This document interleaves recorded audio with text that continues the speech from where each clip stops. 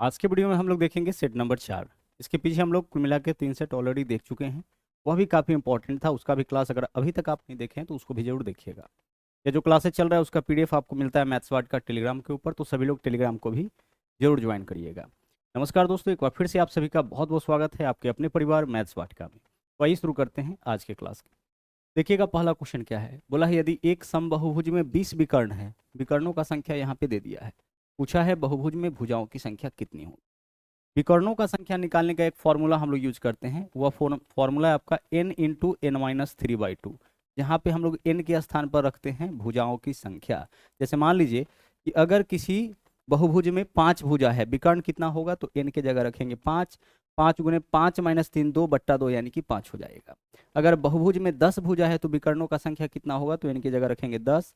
n minus 3 कितना हो जाएगा, 10 माइनस 3 7/2 यानी 70/2 35 हो जाएगा। कहने का मतलब है कि जब भी किसी भी बहुभुज के विकर्णों का संख्या नंबर ऑफ डायगोनल पूछे, फॉर्मूला लगाते हैं n इंटू एन माइनस 3/2 और n के स्थान पर रखते हैं भुजाओं की संख्या।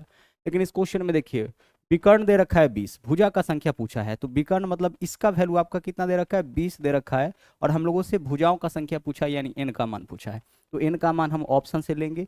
n के स्थान पर जिस वैल्यू को रखने पर यह इक्वेशन सेटिस्फाई हो जाए यानी इसका वैल्यू 20 आ जाएगा, वही ऑप्शन हमारा आंसर होगा। 5 रखिए, 5 5 माइनस 3 2 10 10/2 5, वैल्यू 5 आ जाएगा। 8 रखिए, 8 n माइनस 3 8 माइनस 3 5, 8 पंचे 40/2 20 हो जाएगा। यानी n के जगह अगर आप 8 लेते हैं तो विकर्णों का संख्या कितना हो जाएगा 20 हो जाएगा। n के जगह 8 रखेंगे तो यहाँ 8 हो जाएगा इंटू n माइनस 3 8 माइनस 3 कितना 5/2 40/2 यानी कितना होगा आपका 20 हो जाएगा। तो भुजाओं का संख्या आपका 8 होगा। आगे बढ़िए, अगला सवाल देखिए क्या है। दिए गए प्रेक्षण यहाँ पे दे रखा है, इसका समानांतर माध्य बताना है। समानांतर माध्य का मतलब होता है औसत, और औसत निकालने का तरीका क्या होता है, आंकड़ों का योग बटा आंकड़ों की संख्या, यानी सभी वैल्यू को जोड़ करके जितना वैल्यू है उसे भाग करिए। तो आइए सबको जोड़ते हैं। पहले इकाई अंक को जोड़ेंगे तो 9 9 18 9 27, 27 के बाद यहाँ पे 3 30, 30 के लिए क्या लिखेंगे हम, 30 के लिए लिखेंगे 0। हासिल हमारे पास 3 है, उस 3 को पहले यहाँ जोड़ लेते तो 3 3 6 6 4 10 5 15 6 21 7 28 8 36, 36 9 45 और 9 54, 54 9 63। यहाँ पे क्या हो गया, आंकड़ों का योग 630। आंकड़ों का योग ऊपर लिख दिए, नीचे में लिखेंगे आंकड़ों का संख्या।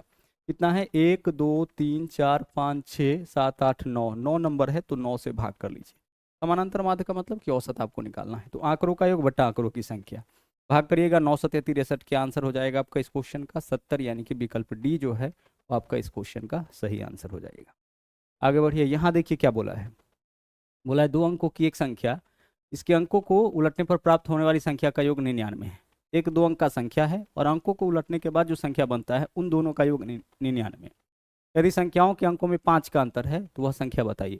अंकों में 5 का अंतर है तो एक तो इस ऑप्शन को आप हटा दीजिए, क्योंकि इसके अंकों में देख लीजिए अंतर 7 का है।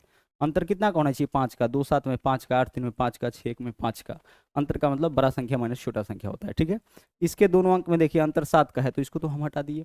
अब हमें क्या करना है कि संख्या को उलटने के बाद अगर उन दोनों को, संख्या और उसके उलटने के बाद जो वैल्यू आता है दोनों को जोड़ा जाए तो 99 आना चाहिए। तो 27 को अगर उल्टेंगे तो क्या होगा 72। इसका योग देखिए तो 27 प्लस 72 99 हो जाएगा, हो जाएगा। हमारा आंसर विकल्प ए हो जाएगा। 2 अंकों का ऐसा संख्या चुनना है जिसके अंकों में अंतर 5 का, तो 2 7 में कितना का अंतर है 5 का, और संख्या और उसको उलटने पर प्राप्त संख्या के का योग जो है वह 99। तो 72 प्लस 27 कितना हो जाएगा 99। यहाँ देख लीजिए 83 है, अंकों को उलटिएगा तो 38 हो जाएगा। क्या इसका योग 99 आएगा, 99 से बहुत ज़्यादा आ जाएगा, तो ये ऑप्शन हमारा आंसर नहीं होगा। 16 है, अंकों को उलटिएगा तो 61 आएगा, इसको जोड़िएगा क्या 99 आएगा, नहीं आएगा। यानी सिर्फ देख करके आप अपना आंसर बता सकते थे कि इस क्वेश्चन का आंसर हमारा क्या होगा, विकल्प ए। आगे चलिए, अगला सवाल देखिए। बोला है कि जग्गू एक लकड़ी की कुर्सी 3 दिन में बना सकता है, ठीक है, और रब्बू उसको 4 दिन में। देखिए जग्गू कितना दिन में बना सकता है, जग्गू एक एक कुर्सी बना सकता है 3 दिन में, ठीक है, और इसके साथ एक और है आपका रब्बू, यह बना सकता है 4 दिन में। रब्बू बना सकता है कितना दिन में, 4 दिन में। हम यहाँ से जो है यह निकाल लेते हैं कि दोनों मिलकर एक कुर्सी कितने दिनों में बनाएगा। एक लकड़ी का कुर्सी 3 दिन में बना सकता है जग्गू, ठीक है, तो 3 4 का एलसीएम कितना हो गया 12। 12 में 3 से भाग करेंगे 1 दिन का काम, 12 में 4 से भाग करेंगे 1 दिन का काम। अब देखिए टोटल कितना यूनिट काम हो गया 12 यूनिट। दोनों मिलकर अगर करता है तो जग्गू 1 दिन में 4, यह 1 दिन में 3, यानी कि 7 यूनिट काम करेगा। तो 12/7 दिन इसको समय लगेगा अगर दोनों मिलकर बनाए तो। टाइम नंबर का सिंपल सा क्वेश्चन है, ध्यान से समझिएगा। क्या बोला है इस क्वेश्चन में कि जग्गू एक काम को 3 दिन में और रब्बू एक काम को 4 दिन में, तो दोनों मिलकर इस काम को 12/7 दिन में कर लेगा। और यह 4 दिन में करता है, यह 3 दिन में, यह 4 दिन में, तो 3 4 का एलसीएम, यह टोटल वर्क हो गया।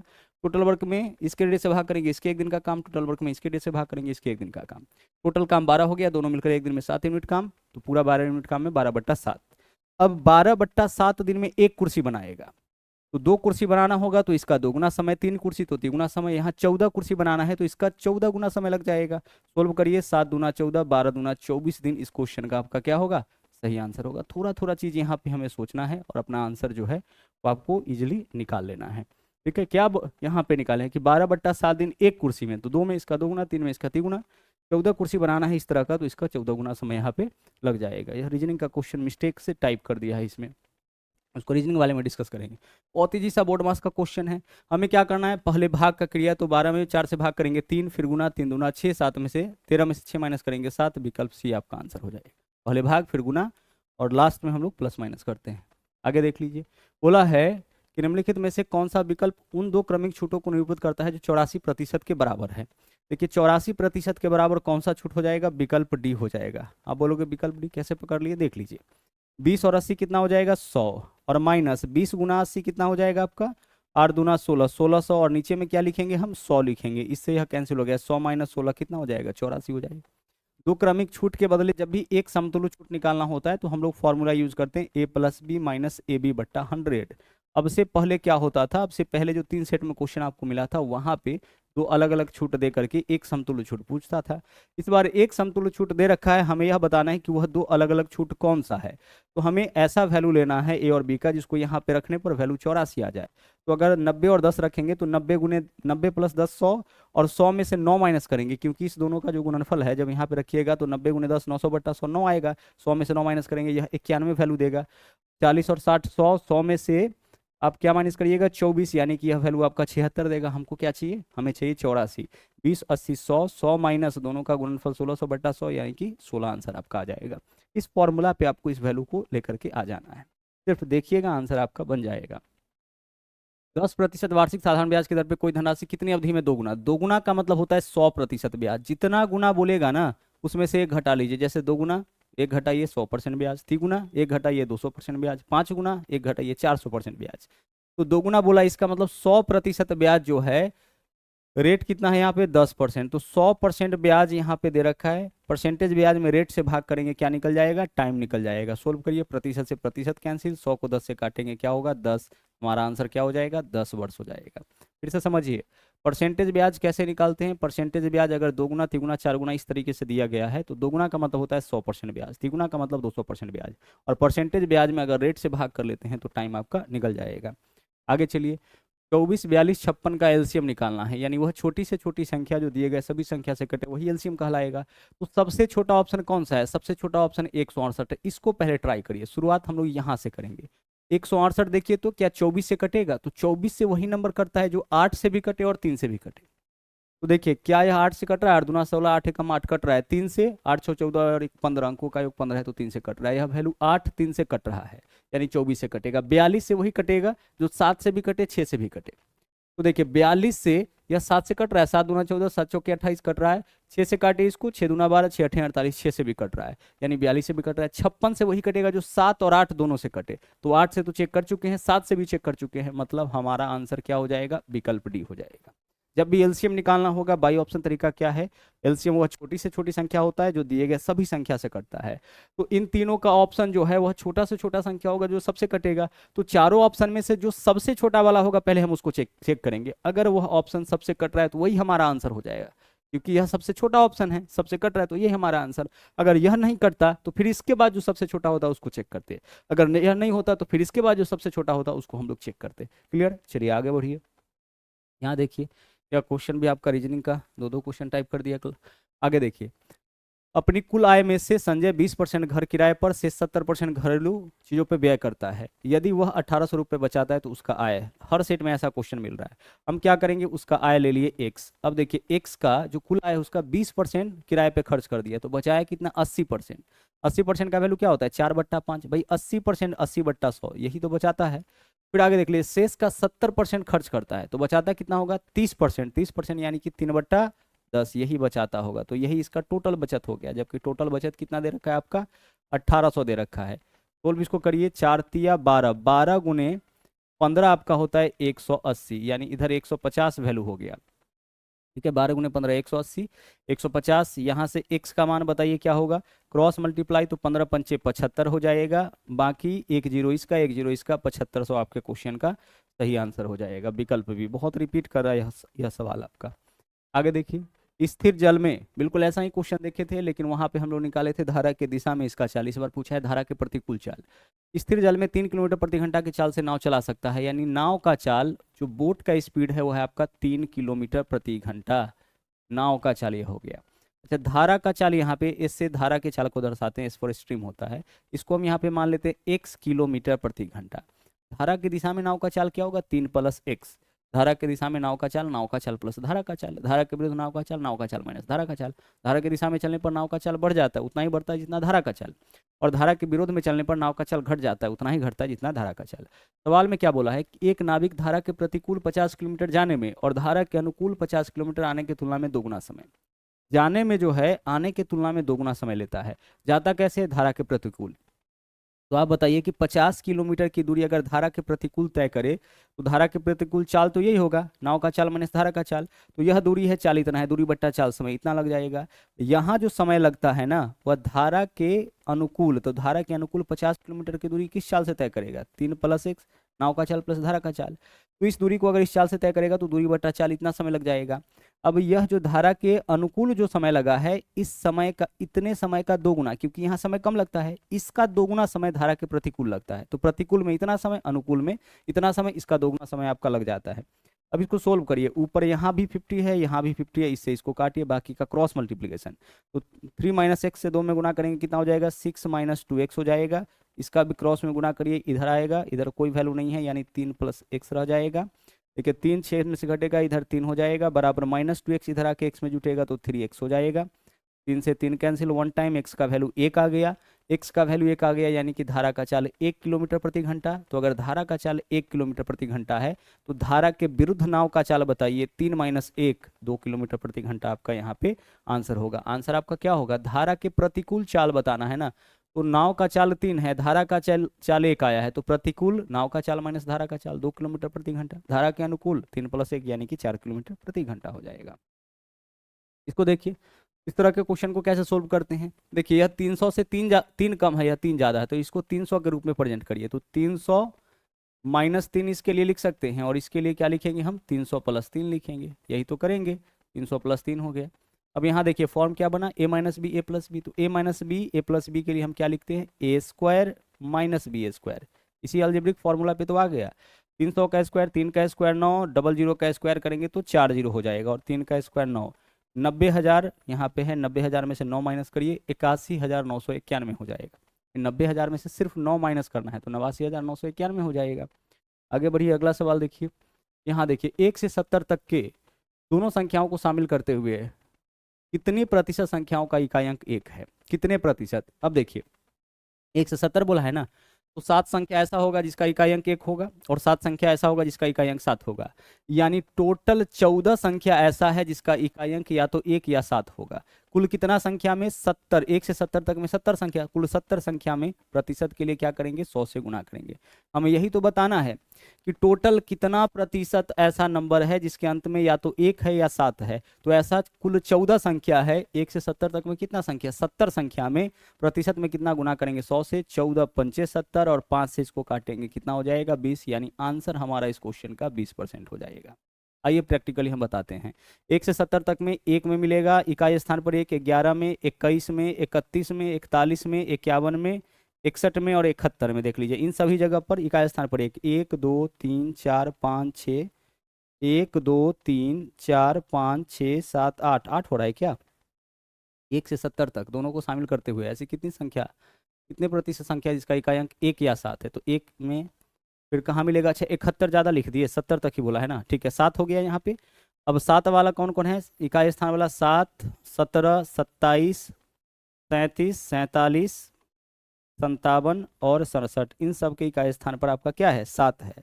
तो इकाई स्थान पर 1 या इकाई स्थान पर 7 वाला कितना संख्या हो जाएगा? 7 और 7 14। तो हमें यही बताना था कि कितना प्रतिशत ऐसा संख्या है जिसके इकाई स्थान पर 1 या 7 है। तो ऐसा 14 संख्या है, कुल कितना में? 70 में। परसेंटेज के लिए गुना करेंगे 100 से। आगे बढ़िए। निम्नलिखित आंकड़ों का बहुलक 7 है। बहुलक कौन होता है? जिसका पुनरावृत्ति सबसे ज्यादा बार, जो सबसे ज्यादा बार रिपीट करता है। तो सबसे ज्यादा बार आपका 7 आ रहा होगा, है ना? तो 7 यहाँ देखिए, 1 बार और एक 2 बार और एक 3 बार। 7 3 बार है। अब देखिए 6 कितनी बार? 1 2 3। तो 7 जो है 3 से ज्यादा बार आएगा तभी तो बहुलक होगा। इसका मतलब ये जो वैल्यू आप देख रहे हैं ना, ये भी आपका 7 का ही होगा, तभी आपका इसका बहुलक 7 होगा। इसका मतलब 2k + 1 जो है वह किसके बराबर हो जाएगा? 7 के बराबर। यहाँ से 2k का वैल्यू एक 7 में से घटेगा 6, k का वैल्यू 2 तिया 6, यानी कि हमारा आंसर क्या हो जाएगा? हमारा आंसर 3 हो जाएगा। जब भी ऐसा क्वेश्चन मिले तो क्या करना है? जो भी इस तरह का वैल्यू ना kp वाला वैल्यू दे रखा होगा उसको बहुलक के बराबर कर देना है। यह बहुलक 7 कब होगा? जब आपका 7 सबसे ज्यादा बार आएगा। तो ये जो वैल्यू दिख रहा है वेरिएबल के फॉर्म में, यह भी 7 ही होगा।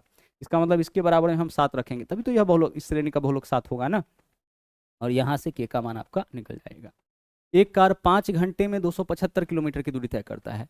तो आप इसका स्पीड बताइए। 275/5 स्पीड हो गया 55 किलोमीटर प्रति घंटा। कितना हो गया? 55 किलोमीटर बराबर।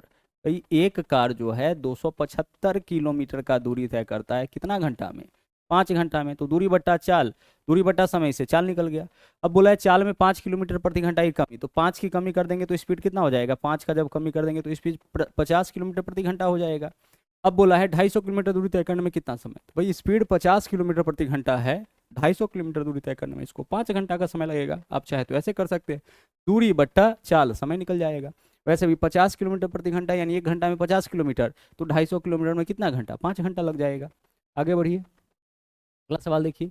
ए बी को 20% के लाभ पर एक साइकिल बेचता है। बी 25% लाभ लेकर इसको आगे बेचता है। सी इसके लिए 1500 रुपये भुगतान करता है। देखिए ए बेचा है किससे? बी से। बी किससे बेचा है? सी से। और सी कितना में लिया? सी आपका लिया है 1500 रुपये में। यानी ए जितना में बेचा बी उतना में खरीदा, बी जितना में बेचा सी उतना में खरीदा, सी कितना में खरीदा? 1500 रुपये। हमसे क्या बताना है? ए कितना भुगतान किया। तो हम मान लिए ए इसको खरीदा है एक्स में। अच्छा, ए खरीदा एक्स में, 20% लाभ पर बेच दिया। 20% लाभ यानी 120% में, तो 120 का मान 6/5 हो जाएगा। भाई 20% लाभ में यानी कि 120% में बेचा ना, तो 120/100, 20 से काटे 20 छके 120, 20 पंचे 100 यानी 6/5 में बेचा। जितना में एक्स लिया उसके 6/5 में बेचा। आगे देख लीजिए। अब इतना में ए बेचा बी से, बी इतना में खरीदा। बी क्या करता है? 25% लाभ पर, 25% लाभ पर बेचा यानी 125/100, तो 125/100 का वैल्यू बताइए। 25 पंचे 125, 25 100 के 100, इतना में यह बेच दिया सी से। जबकि सी कितना में लिया है? 1500 में लिया है। यह आपका सी का क्रयमूल्य हो गया। क्लियर? जितना में बी बेचा होगा उतना में ही सी लिया होगा। तो बी ए इतना में खरीदा, ठीक है, इतना में बेच लिया। अब इतना में बेचा तो इतना में बी लिया, बी इतना में बेच लिया। यह बी का भी क्रयमूल्य है, और जो बी का भी क्रयमूल्य होगा वही सी का क्रयमूल्य होगा। जब भी आप किसी वस्तु को किसी दुकानदार से खरीदते हैं, मान लीजिए किसी दुकानदार से आप कोई पेंसिल 10 रुपये में खरीदे, तो 10 रुपये उस पेंसिल का आपके लिए क्रयमूल्य है, लेकिन दुकानदार के लिए भी क्रयमूल्य है। तो ए बेच रहा है बी से, यानी जितना में ए बेचेगा बी उतना में खरीदेगा। तो जो ए का विक्रयमूल्य होगा वह बी का क्रयमूल्य होगा, जो बी का विक्रयमूल्य होगा वह सी का क्रयमूल्य होगा। तो बी का हम विक्रयमूल्य निकाल लिए, वही सी का क्रयमूल्य होगा, जबकि सी का क्रयमूल्य इतना। 5 से 5 आप यहाँ पे काट लीजिए। अगर इसको काटते हैं 6 से, तो 25 छके 150, कितना हो जाएगा आपका? 250। एक्स का वैल्यू क्रॉस मल्टीप्लाई 4 गुने 250 कितना होगा? 1000। तो 1000 आपके क्वेश्चन का सही आंसर हो जाएगा। आगे बढ़िए, अगला क्वेश्चन देखिए। ए अनुपात बी का मान 3:2 है। यहाँ अनुपात छूटा हुआ है। ए अनुपात बी का मान क्या है? ए अनुपात बी का मान यहाँ पे दे रखा है 3:2। आगे चलिए, आगे बी अनुपात सी का मान भी 3:2 है। बी अनुपात सी का मान भी क्या है आपका? 3:2 है। हमें क्या बताना है? ए अनुपात बी अनुपात सी का मान। यह है आपका दरअसल ए अनुपात बी अनुपात सी का मान। इस क्वेश्चन में हमें बताना है। हम लोग क्या करते हैं, जब इस तरह का क्वेश्चन मिलता है तो इस रेशियो को बस बैलेंस करना है। बी का मान यहाँ कुछ और है, यहाँ कुछ और है, दोनों को इक्वल करिए। तो 2 और 3 कहाँ जाके बराबर होगा? 6 पे। तो 6 बनाने के लिए इस 2 में 3 से गुना और इस 3 में 2 से गुना। बी के वैल्यू को इक्वल करना है, तो 2 3 6 पे जाके बराबर होगा। 6 बनाइए। 6 बनाने के लिए इसमें 3 से गुना, जिससे भी गुना करिएगा प्रत्येक में, क्योंकि प्रत्येक पद में गुना करने पर मान में अंतर नहीं आता है। तो यह हो गया आपका 3 दूना 6, 3 तिया 9, ठीक है। 2 से गुना करेंगे, 2 तिया 6 और 2 दूना 4। अब यहाँ से आप बता दीजिए ए बी सी का वैल्यू क्या होगा। तो ए के जगह 9, बी के जगह 6, चाहे कहीं से भी लीजिए, और सी के जगह 4। 9 6 4, 9 6 और 4, यही आपका आंसर हो जाएगा। 9 और 4 विकल्प सी यहाँ पे सही आंसर होगा। आगे चलिए, अगला सवाल देखिए, बोला है एक पेड़ टूटकर जमीन पर इस प्रकार गिरता है कि उसका ऊपरी हिस्सा अभी भी उसके तने से आंशिक रूप से जुड़ा हुआ है। यदि पेड़ की मूल ऊंचाई 24 मीटर है, जमीन से 30 डिग्री का कोण बनाता है, तो किस ऊंचाई से टूटा था? गौर से देखिएगा, जब भी पेड़ वाला टूटा टूटी वाला क्वेश्चन होगा तो कुछ ऐसे आप फिगर बनाइएगा। अब यहाँ देखिए, पेड़ पहले, पेड़ का ऊंचाई, गौर से समझिएगा इस क्वेश्चन को, ABC इसको मान लेते हैं। देखिए, पेड़ का ऊंचाई पहले यहाँ से लेकर के यहाँ तक था, कुछ ऐसे था। कैसे था? कुछ इस प्रकार से पेड़ था। अभी टूटा है, इस पॉइंट से टूटा है तो ऐसे गिरा। तो पेड़ का ऊंचाई जो होगा पूरा यहाँ से लेकर के यहाँ तक, यानी यह पार्ट और यह पार्ट पूरा पेड़ का आपका ऊंचाई है। तो पेड़ की ऊंचाई में हम क्या लेंगे? AB प्लस AC, पेड़ का जो मूल ऊंचाई है। टूटा है किस बिंदु से? AB बिंदु से टूटा है, ठीक है। अब आगे देखिए, यह जमीन के साथ, अब यहाँ पे जमीन है, इसके साथ यह 30 डिग्री का कोण बनाया है। कितने डिग्री का? 30 डिग्री का कोण बनाया। क्लियर? चलिए, अब एक बात समझिए, यह 30 डिग्री है, यहाँ तो फिक्स है 90 डिग्री, और यह कितना डिग्री हो जाएगा आपका? 60 डिग्री होता है ना। यह 30 डिग्री है तो यह 90 डिग्री है आपका 60 डिग्री, क्योंकि राइट एंगल ट्रायंगल में और वैसे भी हाइट एंड डिस्टेंस में एक कोण फिक्स होता है 90 डिग्री। अब बाकी का जो दोनों कोण होता है उसका योग भी आपका 90 होगा, तभी तो तीनों मिलाकर के 180 होगा। तो जैसे यहाँ 30 तो यह 60, यहाँ 60 तो यहाँ पे 30। अब एक बात जो आपको समझना है, 30 डिग्री के सामने वाला भुजा का माप अगर x है ना, तो 90 के सामने वाले भुजा का माप आपका 2x हो जाएगा। यह रेशियो होता है, अपने मन से आप इसको लिख दीजिएगा। 30 के सामने वाला भुजा का माप अगर x, तो 90 के सामने वाला भुजा का माप कितना हो जाएगा? 3x। अब इस क्वेश्चन में देखिए, पेड़ का मूल ऊंचाई 24, तो पेड़ का मूल ऊंचाई बताइए तो x प्लस 2x कितना हो गया? 3x हो गया। जबकि 3x का वैल्यू यहाँ पे 24 दे रखा है, काटे इसको 3 अठे 24, तो x का मान क्या आ गया? 8 आ गया। पूछा है पेड़ किस ऊंचाई से टूटा था? पेड़ जिस ऊंचाई से टूटा है उसी को x मान है, यानी हमारा आंसर क्या हो जाएगा? हमारा आंसर यहाँ पे 8 हो जाएगा। क्लियर? अगर मान लीजिए इसका मान पूछता तो 30 डिग्री के सामने अगर x है तो 60 डिग्री के सामने √3 इंटू एक्स हो जाएगा। अगर हमसे यह पूछा कि पेड़ का जो शीर्ष है वह जमीन से कितनी दूरी पे जाके गिरा है, √3 गुना x का मान 8 है, 8√3 हम अपना आंसर यहाँ पे करते। आगे चलिए, अगला सवाल देखिए, 12 सेंटीमीटर त्रिज्या वाले एक ठोस धातु के गोले को पिघलाकर 2 सेंटीमीटर त्रिज्या वाले छोटे गोले के रूप में ढाला जाता है। ऐसे कितने गोले बनाए जा सकते हैं? जब भी गोला का संख्या पूछेगा ना, तो बड़े गोले का त्रिज्या ऊपर रखिएगा, छोटे गोले का त्रिज्या नीचे रखिएगा, और बस इसका कर लीजिएगा क्यूब। तो 12/2 6, 6 का क्यूब कितना? 216। यही आपके क्वेश्चन का आंसर। वैसे तरीका क्या है, हम क्या करते हैं, बड़े गोले का आयतन निकालते हैं, तो 4/3 पाई r क्यूब, तो r के जगह 12, 12 का हम क्या कर लेंगे? क्यूब कर लेंगे। बड़े गोले का आयतन, इसमें छोटे गोले के आयतन से भाग करिए, तो छोटा गोला का आयतन क्या होगा? 4/3 पाई, छोटा गोला का त्रिज्या 2 दे रखा है तो 2 का क्यूब कर लीजिए। 4/3 पाई यहाँ भी है, यहाँ भी है, कैंसिल हो गया। ऊपर में 12 का क्यूब, नीचे में 2 का क्यूब, तो इसको ऐसे लिख सकते हैं ना, 12/2 का होल क्यूब, क्योंकि दोनों जगह तो क्यूब ही हो रहा है। तो 12/2 कितना? 6, 6 का क्यूब जो होगा वो आपका आंसर हो जाएगा। तो जब भी गोला का संख्या पूछा जाए तो हम क्या करेंगे? बड़े गोले के त्रिज्या में छोटे गोले की त्रिज्या से भाग करके उसका क्यूब कर देंगे, या फिर इस तरह से बड़ा का आयतन बट्टा छोटा का आयतन लिख सकते हैं, इससे गोलों की संख्या आपका निकल जाता है। आगे देखिए, यहाँ देखिए हमें क्या बताना है, सोमवार और मंगलवार को मिलाकर के टीवी सेट की कितना इकाई का उत्पादन किया गया है? सोमवार और मंगलवार, सोमवार को देख लीजिए 200 यूनिट और मंगलवार को 300 यूनिट, बस इन दोनों को जोड़ लीजिए। कितना इजी सा क्वेश्चन है, 200 यूनिट प्लस 300 यूनिट, आंसर क्या हो जाएगा? 500 यूनिट। विकल्प डी यहाँ पे आपका इस क्वेश्चन का सही आंसर हो जाएगा। यहाँ से डाटा से हमें बस ऑब्जर्व कर लेना है। आगे देखिए, उस बेलन का कुल पृष्ठीय क्षेत्रफल ज्ञात कीजिए जिसके आधार की त्रिज्या 7 और ऊंचाई 12। त्रिज्या 7 और ऊंचाई 12 है, इसका कुल पृष्ठीय क्षेत्रफल। कुल पृष्ठीय क्षेत्रफल का मतलब क्या होता है? टोटल सरफेस एरिया होता है।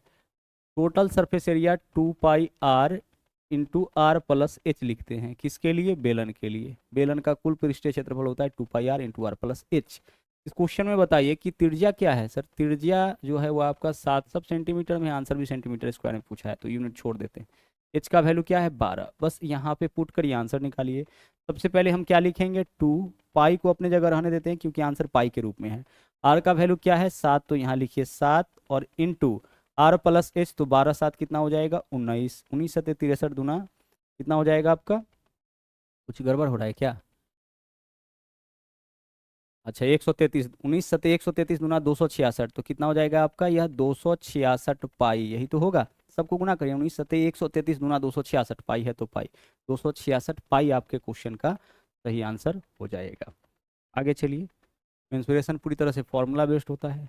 इस क्वेश्चन को सोल्व करते हैं। देखिए, हमें इन दोनों वैल्यू को गुना करना है, तो गुना कर लीजिए। जो नंबर है 5 दूना 10 हो गया, अब इसमें दशमलव डालिए, यहाँ 1 अंक के बाद, यहाँ 2 अंक, 3 अंक के बाद, तो 4 अंक के बाद दशमलव आपको डालना पड़ेगा।